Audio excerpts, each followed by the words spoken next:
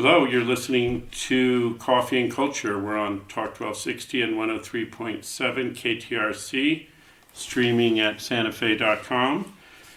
And I'm recording this with Inga Hendrickson, and it's the evening. It's just about sunset, and so we're not drinking coffee because otherwise we'll be up all night. But Inga Hendrickson is an artist, a photographer, a mother, lives here in Santa Fe, and is having an exhibition coming up, an installation in the Actual Contemporary Mobile Gallery that opens on March 7th in the evening. There'll be a opening in the rail yard from 4:30 to 6:30 on the 7th of March, so come out and see that. And we at Axel became aware of Inga's work through, we had a sort of open call for proposals a couple of years ago now for installations and exterior wheat paste things, and we got a lot of great submissions, and a couple felt like they needed to happen then, and so we contacted Inga and said, not for this winter, but maybe in the future. And so we've been stringing her along for a couple of years, but we're so glad that it's finally happening. It feels like it's been a long time. Yeah, me too. I'm glad it's coming together. Yeah, and your work is it feels it's very physical. It feels like, I was going to say organic, but I mean organs. It's like these sort of biomorphic forms that are reminiscent of bodies or of parts of bodies, plants, roots, branches, but then there's also piping and water and an interesting combination of materials. Some of it feels like fine art material with paint and fiber, but other things are plastic buckets and metal buckets and medical tubing, and it's very unusual and strange and evocative, and both familiar and unfamiliar. So, that's a lot of what drew me to it. And can you just talk a little bit about your choice of materials and how this body of work has emerged? Yeah. Well, I think those are apt descriptions, and all things that I think about. And materially, like speaking specifically to the sort of found materials that you might find, hardware. I love a hardware store. I love a good, thrift store for found objects. And thinking really about kind of the commonality of forms among these kind of inanimate or animate, references like organs or like plants mixed with buckets or tubing. I mean, tubing is probably a really good example because it's evocative of a network that exists in bodies, plant bodies, animal bodies, and just thinking about networks and how things are connected, and that those forms of connection exist in all of those categories. They're not really distinct. Right. The tubing, some of it is like latex medical tubing. Is there reference to like medical procedures or in your mind, or? Yeah, for sure. I mean, initially when I began using the tubing, it was a way of thinking about connectors and thinking about sort of reciprocity, how something can feed into one thing and feed back into another. And that was just a material vocabulary I was using.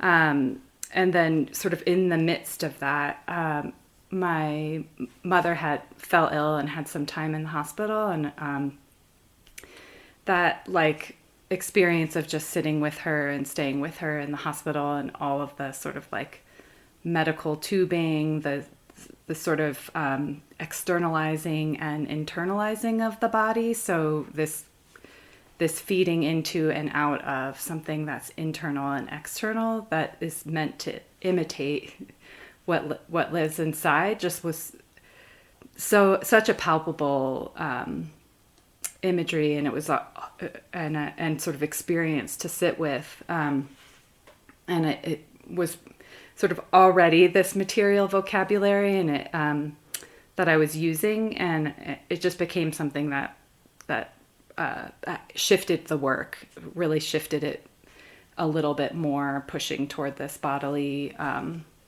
reference. And there's like this research being done in the last few years about like trees communicating through mycelial networks, through mushrooms and fungus, and it sort of reminds me of that, or like these separate bodies, separate beings, separate organs, connected and influencing each other and communicating through liquid flow and exactly things like that. And I like, one thing that is interesting to me is how those, like, we're not separate of nature, right.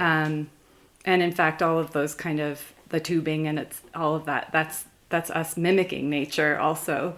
Right. So those the way things kind of flow and work and network are both part of how the human body mind industry works, but they're also part of mycelium and kind of everything. So it's a way of processing or thinking through how those things are connected, and hopefully with some sense of optimism. I like to think about pragmatic optimism. So there's a part of my work that is grappling with thinking about things like climate disaster and bodies failing, and these kinds of things that could be seen through a negative lens. But what I'm really trying to work out is this notion of pragmatic optimism, and how you can think about networks as forms of reciprocity or forms of healing, or kind of a way of sitting with the trouble, maybe working through the trouble. Right. There seems to be like hope and love in there too. Yeah. And the colors also are very evocative, very intense. These beautiful pinks and oranges and fleshy colors, but super saturated. And I see that in your photography as well as in the sculpture. And that also is sort of evoking that hope and love and stuff. And it also is bridging, like at first I look at your work and I categorize it as abstract. And then I'm like, but this isn't abstract at all. These are like objects. This is a bucket from the Home Depot. That's not abstract. These forms are very evocative of bodies like you're talking about and stuff. So I like how it bridges the abstract and the representational in that way. And then the color pushes it beyond, representation in a certain way. Yeah. Or it's sort of I guess, representation or abstraction that has a way in toward forming a sense of representation, or a notion of what a bucket is and how we use that, and what one might make of that when they're looking at the work. I know a bucket. What does a bucket do? It holds things. We have to go to a break, but we'll be right back. My name's Matthew Chase Daniel. I'm talking to Inga Hendrickson, who's having a show at Axel coming up soon. You're back listening to Coffee and Culture. We're on Talk 1260 and 103.7 KTRC, streaming at santafe.com, on at just after 2 p.m. on Saturdays and Sundays. and you can listen to podcasts of past shows on whatever podcast platform you like. Look up Coffee and Culture with Matthew Chase Daniel. And today I'm talking with Inga Hendrickson, who has a show opening at Axel Contemporary in the Rail Yard from 4:30 to 6:30 on March 7th. And Inga also works as a professional photographer, and many years ago was wedding photography, and then more recently it's photography of objects and different assignments. And I know we talked about this a little before, is like you see them as very separate, and I understand that, but I also see there's certain things where there's like a suitcase wrapped up with a piece of rope tied that are aesthetically related to the way you see the world, of course, because photography is the way you see the world, and making sculpture and installation is the way you see the world. So, and also the use of color in the photography is related to the way you use the color in that. And I guess,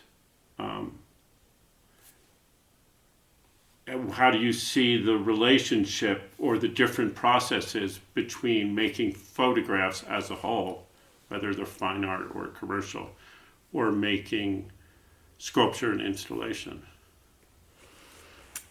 Yeah, well, I can definitely, sometimes I think people silo photography in the art world, and the leap between, it can be hard for folks to connect the dots between, oh, well, this person was making still life photographs, either commercially or fine art or both, and has now segued into this installation and sculpture work. And it can be hard to connect the dots, I think, for people, but I actually I fell in love with like the set building and the object making that's involved with still life, and began to feel a little bit that the photograph created a distance between the material experience of making the thing, right, and then what this object now is this flat surface that one regards from a distance, and sort of takes away that relationship of its original size to like the human body and to the viewer. Right. And so I just was like, well, actually, this is the thing. I don't need to take a picture of it, and began That's wonderful. Playing with that, how that could be in space and what that did differently, how it activated in a space versus how it activated on a pictorial plane. And also some of the sculptures feel ephemeral, like they're not necessarily going to be in this exact form forever. So even in the sculpture, taking the photographs of the sculpture or video is a way of presenting it too. Because so much of our lives right now are mediated by screens, Yeah. So we're talking about sculpture, but I know your sculpture from photographs so far. Yeah, and I that's really true. look forward to the show at Axel to see them, because and that's a strange thing in our world. And there's some beauty in making work and presenting work that is, like you're saying, it's on a scale that relates to you as a body, rather than on your phone. Yeah. And that, like with the water, you're hearing the drip of the water and the hum of the pump, and the very physical, embodied, mechanical and physical processes. Yeah. I mean, I think it's not an accident, really, that I made this leap right coming out of COVID. I was just like craving the materiality of things and craving the sort of connection that happens when you're in a physical space with someone, this kind of arm's distance of a screen or arm's distance of a photograph just fell flat for me a little bit. And if something is ephemeral, just let it be ephemeral. With sort of, if these objects aren't going to make it long form, that can be a reason for the photograph being, is that Right. this is something that's temporary or could fall or is fragile in some way. But that kind of preservation of it also takes the spirit of that experience of being with something that's ephemeral away from you a little bit. Yeah. And I think I just wanted that tangibility of something, of being in Yeah. space with something. During COVID, you were at home with your 2 young kids and your partner. Yeah, Yeah. yeah, So it was full and busy, but also disconnected from a wider physical world. yeah, Yeah. yeah, That was true for a lot of people. yeah, Yeah. for sure. And there's also, I saw because I scoured the internet before this meeting just to look at different things, some photos of like papayas and mangoes that were like sewn together, Yeah, which felt like caring and healing, but it also felt like trying to mend something, and then the sort of very sweet, ripe, fleshy fruit, which is sensual and then sewn in this delicate way. But I don't know, that was very also ephemeral work. yeah, yeah. And that exists as photographs. Right. And some of it there was a title of a series called The Color of Decay. Yeah, So it's also the fresh fruit, but then also the decaying. yeah, yeah. And I think Things. there's a way that color, like hypersaturation of color and intensity of color, and also like ripeness of fruit, it just feels like it's about to tip over. It's like alluring and beautiful, but a little like past, a little like into the grotesque in some way, or the Yeah. garish or something. And that kind of tension between it being so alluring, but also just being just a little too much. Right. Well, the best, most delicious time to eat yummy sweet fruits is right before they go too far. Yeah, Right. yeah, It also reminded me a little sort of maybe of like motherhood or experience of that, of children as these sort of things that come out of our bodies or out of your body. yeah, Not yeah, mine. And that you're nurturing and caring and that are growing in their ways that are out of your control. yeah, yeah. And they're sort of tethered to you, but not. Yeah, Yeah.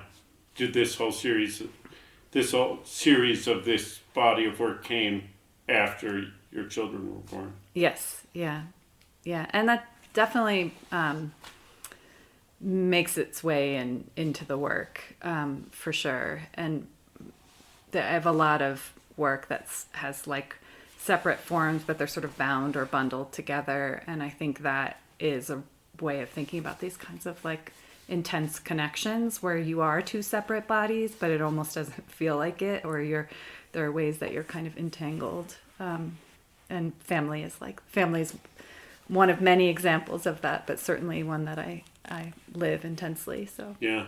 I think on your website, on the About page, there's a picture of you and your kids sort of leaning over inside a little alcove yeah, space. inside a box. Yeah, Yeah, it's cramped great. in It sort together. of very Yeah. much relates to that's sort of how I made that connection Yeah. between the work and That was a during family. COVID photograph. Uh-huh. It's like that's what that felt like. Yeah. all in your little box. Or we're going to go to another break. We'll be back in a bit. You're listening to Coffee and Culture. I'm back talking to Inga Hendrickson. Her show at Axel is coming up, opening on March 7th. It'll be up about a month or so. And it'll be an installation, where you look through the back and see the work. You can go to axelart.com, axleart.com, to see where we are parking on any given day. Inga, you also work at Radius Books and have for about a year. Yep. So Radius is a wonderful fine art publishing house here, a nonprofit that publishes very beautiful, high quality, well designed books, and then not only sells them but distributes them for free to libraries around the country, which is a great program. And you're in the production and design. Yeah, I work in a production and design capacity there. And yes, you're right. We donate about 350 books now every year to libraries, prisons, institutions, and I think that's something I feel really excited about that we do. And yeah, it's a great place to work. And so, production and design, are you designing books, or what does that mean? David Chicky is the owner, and he's creative director and takes lead on design. But I work kind of collaboratively. I make design contributions, and we all kind of think through the concept of the books that are coming out. We're a fairly small team, so we all have kind of a larger voice, being that it's a smaller team. Right. How many of you are there? 6, Uh-huh. which is the biggest that it's ever been. I mean, that's the size it's been since I've been there, but you were number 6. Yeah, exactly. Yeah. That's great. Yeah, and the books that I've seen they're very unique, each one. It's not like a formula, like this is what Radius books look like. Some have these weird fold-out things, and some have, they're designed really to work with the aesthetic of the artist. Yeah, we really try to think of the work first and let the work kind of guide any design decisions that we're making, rather than kind of wedging a design idea into something. We really work it back the other way. What is the work really? What makes sense to go with this work? What would elevate it and speak to it? What would, what's the best way the book form can mold itself around the artwork and the artist? Nice. And how many titles per year? We do about 20 a year, so we work at a clip. About 20 every month. That's a lot. Yeah, it's a lot. It is a lot. It's a fast pace, but it keeps it interesting for sure. Yeah. So that's a lot of. You got a lot of full-time jobs. Yeah. Full-time well, I've been doing artist, less of the full-time mothering, full-time Radius. I let go of some of the commercial photo work, so I don't have 4 jobs. But yes, I'd say 3 solid jobs: parenting, Radius books, and being an artist. Yeah. Nice. In your artwork, you have a show in Los Angeles that just opened a couple of weeks ago. Yeah, it's at a gallery called Persons Unknown, and that's in the Bendix building. So really cool, artist space that's in and among other artist spaces. So it's Persons Unknown is a project space that highlights different art shows, and it's also like kind of half a studio. This a friend of mine, Ariel Oakley, is involved in, and she is the curator of that space. I was able to do that show with some colleagues from my grad school program, and there's some of my... Where was grad school? MICA, Maryland Institute College of Arts. Uh-huh. They have a low residency program, so I was able to go and still, be in Santa Fe for most of the year, go in the summer, and do a lot of the work remotely, and then spend this intense period of time in the summer. Wonderful. So some of my favorite people in the world are in that show with me, so it's nice to come together. Yeah, and that's in the, what is it, the garment district or fashion district? Yeah, sort of south of downtown? Yeah, so in that same building, there's TSA LA and Monte Vista, a few other that I can't think of right at the Yeah, of moment. course, But yeah. we're in kind of good company there. There are a lot of good shows happening there right now. That's great. So if anyone's heading to LA, check it out. It's called Persons Unknown Gallery, and I think it's at 1206 Maple Avenue, number 620. Yep. Open by appointment. Yeah. So you can find them on the internet Mm-hmm. to do that. And then I also I was looking at stuff, and there's a progressive arts festival in Truth or Consequences, which you were a part of last year and the year before. And I know Truth or Consequences a little bit, and I didn't know about this festival, so I wanted to learn more. Yeah. So it's a recently annual. So this year is the third. I've not been able to go down this year, but it's artists kind of from all over. The person who one of the people who I'm connected with who puts it on is Hieronymus Boggs, and he pulls people from the East Coast, people from Santa Fe, local artists in Truth or Consequences. Is he there some folks in Truth or Consequences? California. Yeah, he lives there. He runs a space called Artist Abbey. Mm-hmm. And so it's just it's a chance for kind of community to get together and artists to kind of see what other people have going on. It feels very like generative in that way. It's a bunch of artists getting together and Yeah, Truth or Consequences has a really nice sort of artist community there. There's a young couple who has a gallery. I don't know, Truth or Consequences Contemporary, I forget what it's called, but yeah. it's very inviting and next door to a nice little coffee shop. Yeah. And then there's the Rio Bravo Fine Arts, which has been there for a long time. Yeah. On the other side of the tiny little town.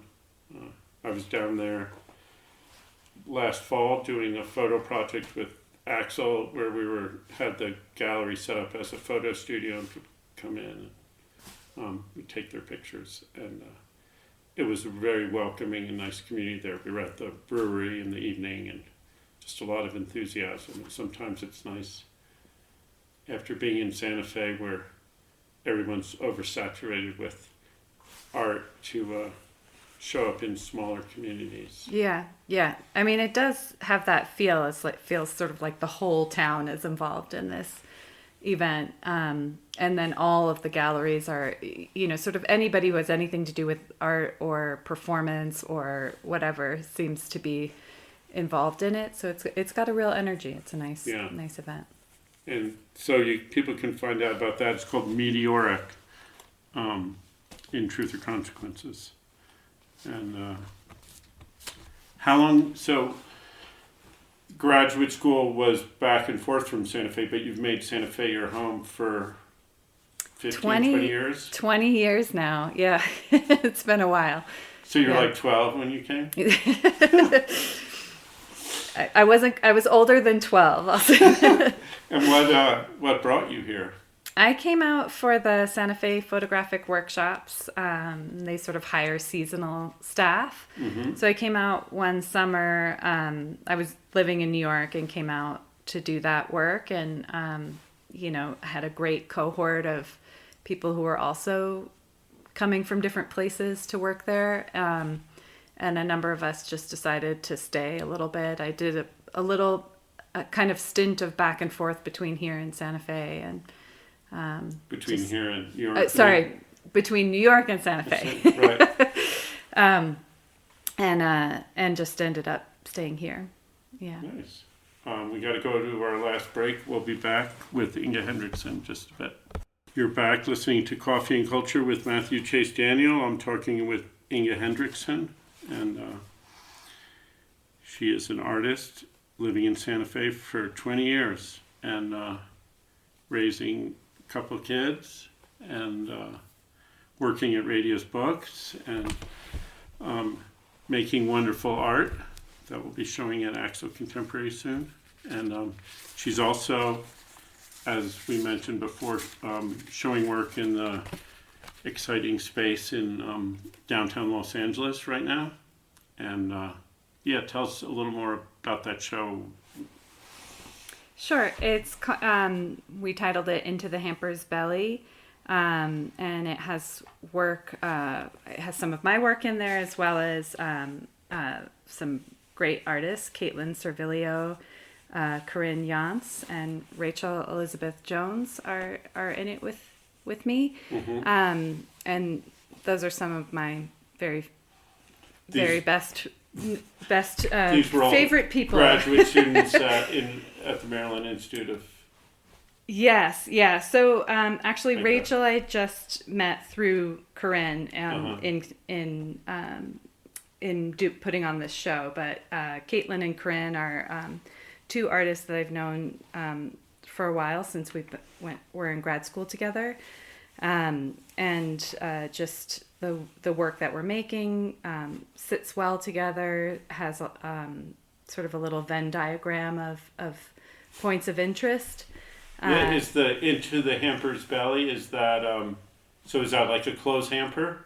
Yeah. Well, one of the artists. I kind of like that. Yeah. It describes your work. Yeah. So I think there's a notion of container or holding, and kind of the way things kind of collect into themselves that is present in all of our work, and so it felt like a nod to that, to use the word Does hamper. a lot of it use textile or fiber, or not necessarily?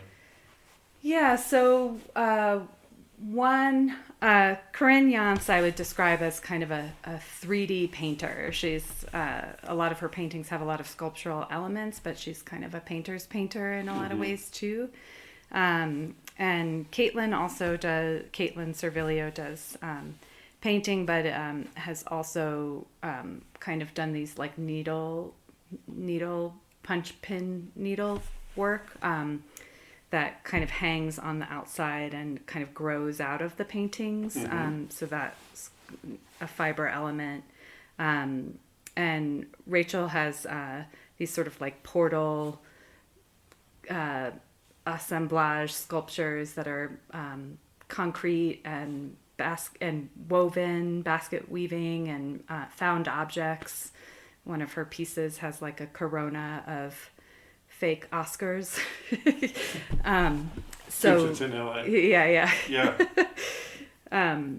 But yeah, I think in all of them there is this kind of sense of gathering, either of materials or kind of collection of things, and certainly this idea of how we hold things. Yeah. Do you have a connection to LA aside from this show? I have some artist friends out there. I haven't spent as much time as I maybe would like in LA, but I do have friends that live out there. The owner and curator of the gallery is a friend of mine, Ariel Oakley, and so I have lots of excuses to go out there more. Good. But, yeah. I have my son and my mother-in-law both live in LA, so I'm out there a bunch. And I grew up near New York City, near where you grew up, Hastings on Hudson, but like not too far away. I went to school out there, and in Bronxville, in Connecticut, and Massachusetts. But and so New York City as a kid was always the city, and in recent years. Especially since I guess 10 or 15 years since my son moved to LA. LA has become the main city for me. And a lot of people love to hate LA, but I really like being in LA. And there's something just refreshing about being in a big international city. Yeah. After being in our quaint little Santa Fe. Yes. I agree. Yeah. So another thing, there's an arts collective called Abstract Picnic, which I've heard of, and I think I must know other artists who are involved in it, but I'm not sure who they are or how that works, or just tell me a little bit about what that collective is and does and how it formed and what.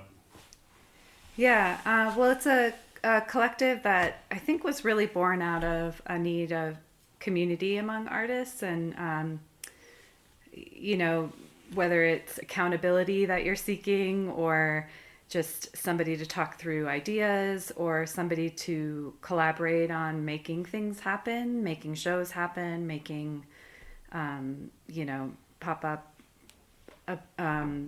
things for people to sell things, or you know, whatever it is that is strengthened by being in community is kind of something that would be under the umbrella of abstract picnic. Nice.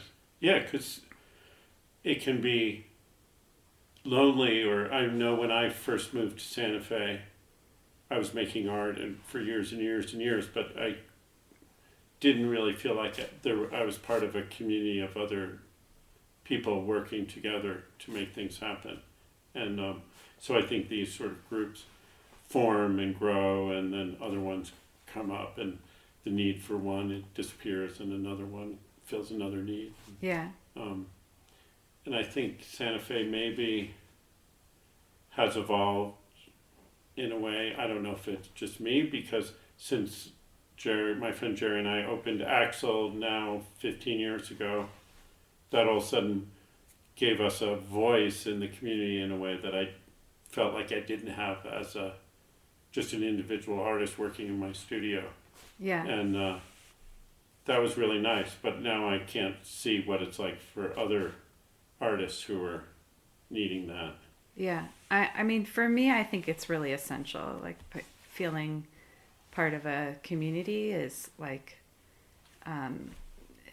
it's just essential. It Well, especially changes completely yeah. how it is to continue working. It can be very difficult to be an artist. It can, you know, there are times where you're like, why am I, nobody's even looking at this. What am I doing? But You know, build it so you can pack it away. Yeah. Put it in the shed.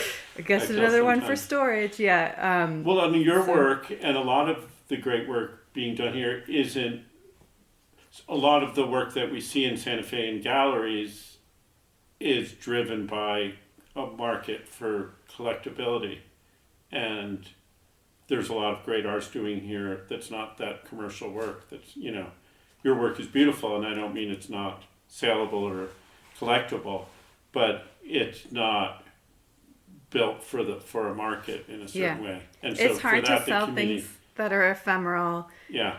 Many people don't want a bag of leaking dirt in their house, for example. You know, these are some things that I've made that, yeah, don't have it's not an easy saleable market, but they still feel valuable to me to make. And, Yeah. and how to think about that, and certainly being in community is one way to help solve that problem, or think about how that lives in the world, or what makes it have meaning. Yeah, it's an interesting compulsion. As I've gotten older, when COVID started, you started making this body of work. I sort of slowed way down on making physical artwork for that reason, like making another piece to store away, because all of a sudden there was like no place to put it in the world. And that came and went, but once I took that pause, I was like, oh, I'm not sure what I want. Do I want to just keep making objects for the world? Yeah. Because I have a house now, you know, there's things of mine all around. Yeah. All the children who never Well, left home. it's beautiful to sit in a home with so much art in it. Thanks. Well, that's our end of our time there, but thank you so much, Inga Hendrickson, for coming out here to talk and sharing your wisdom and beauty and artwork for everyone in this show that's coming up. So everyone, please come out to Axel Contemporary in the rail yard in the shade structure by Farmers Market on March 7th from 4:30 to 6:30. We'll be out there, and Inga will be there, and we might even have some tea and cookies. So, thank you. Thank you.